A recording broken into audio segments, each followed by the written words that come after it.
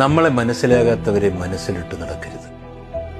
തിരിച്ചറിയുന്ന കാലത്ത് തിരിഞ്ഞു നടക്കാൻ കഴിഞ്ഞില്ലെങ്കിൽ പിന്നീട് ഒരിക്കലും അവരിൽ നിന്നും നമുക്ക് തിരിച്ചു പോകാനാവില്ല.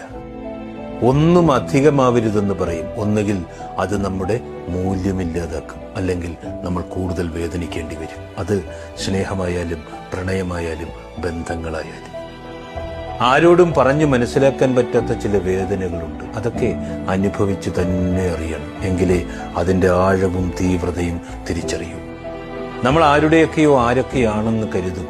സത്യത്തിൽ ആരുടെയും ആരുമല്ലെന്ന് കാലവും അവരും നമുക്ക് തെളിയിച്ചു തരും. നിലതെറ്റി വീഴുമെന്ന് കരുതിയ കാലത്തൊക്കെ അവരുടെയൊക്കെ നിഴല് പോലും നമ്മുടെ കൂടെ ഉണ്ടായിരുന്നില്ല.